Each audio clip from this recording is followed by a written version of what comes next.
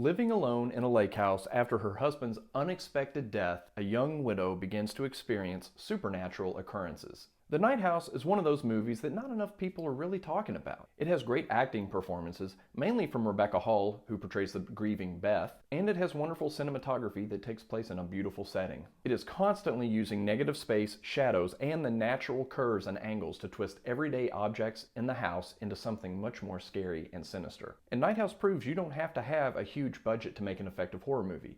You just have to have a group of innovative filmmakers and a creative script. Now at first, I thought that the supernatural elements weren't really needed and the story would have been just as effective if it were only about a grieving widow who learned some secrets about her deceased husband. But eventually, I began to understand that those supernatural elements are what makes the story so unique. On the surface, the Night House seems pretty formulaic. You've got a woman experiences something that may or may not all be in her head after a traumatic event. You've got her best friend who's willing to do anything to help, and everyone else in her life kind of thinks she's going crazy. And then of course there's the wise old neighbor who knows everything about everyone, and then there's a character who's holding a whole lot of secrets. And the pacing of the story is great. Every few minutes we get a little bit more information, and throughout the movie our thoughts about certain characters change dramatically. And as the story unfolds, I realize that the plot was much more original than I initially thought. I wasn't expecting such an intriguing mystery that has a dark and satisfying conclusion. Every time my perception of one of the characters would change, I would just smile, because the filmmakers did a perfect job of putting ideas in my head and then pulling the rug out from under me. I will warn you though, this is one of those movies where the dialogue's a little bit too quiet and then there's incredibly loud jump scares. Jump scares usually don't get to me, but in this movie there were two jump scares towards the middle. They were pretty close together that both about made me jump out of my skin. Now I think about 80% of that was the drastic shift in the volume and not actually what was happening on screen,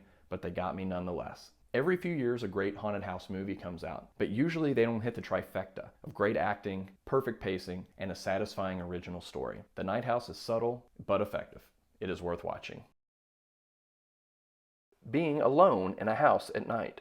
Bloody footprints. Building your own house. Sleeping on the bathroom floor. Wiping fog off the mirror after a hot shower.